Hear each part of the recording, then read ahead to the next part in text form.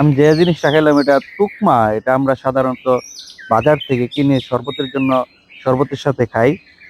এটা আমাদের কিনতে হয় না, আমাদের বাড়ির আশেপাশে রাস্তাঘাটের পাশেই এগুলো হয়ে থাকে গ্রাম অঞ্চলে।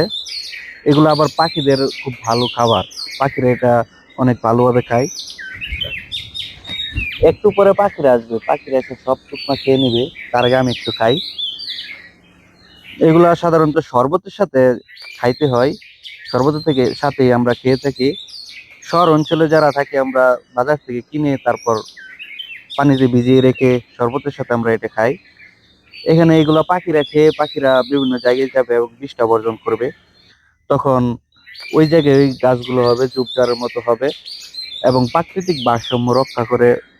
এই পাখিরা বিভিন্ন জায়গায় যাবে, বৃষ্টি বর্জন করবে এবং গাছগুলো হবে এবং প্রাকৃতিক যে পরিবেশটা এটা বজায় থাকবে। এই যে এখানে দেখেন কত সুন্দরভাবে ফুলের মতো ফুটে উঠেছে তুকমাগুলো। অতি বৃষ্টির কারণে এই তুকমাগুলো ভিজে এরকম ফুলে উঠেছে। এই ছোট্ট একটি গাছ, দেখেন কতগুলো এটার মধ্যে হয়েছে। তুকমায় একবারে পরিপূর্ণ, এরকম ছোট গাছে এতগুলো তুকমা হয়েছে। আপনারা তো বাজার থেকে তুকমা কিনে খান, কিন্তু অনেকে তুকমা গাছ চিনেন না। আপনারা কি চিনেন? দেখেন তুকমা গাছ কিরকম হয়। আর দেখেন এখানে ভরপুর তুকমা আসছে গাছে। এরকম তুকমা গাছ হয়তো আপনারা যারা শহরে থাকেন আপনাদের চোখের সামনে কখনোই পড়ে না।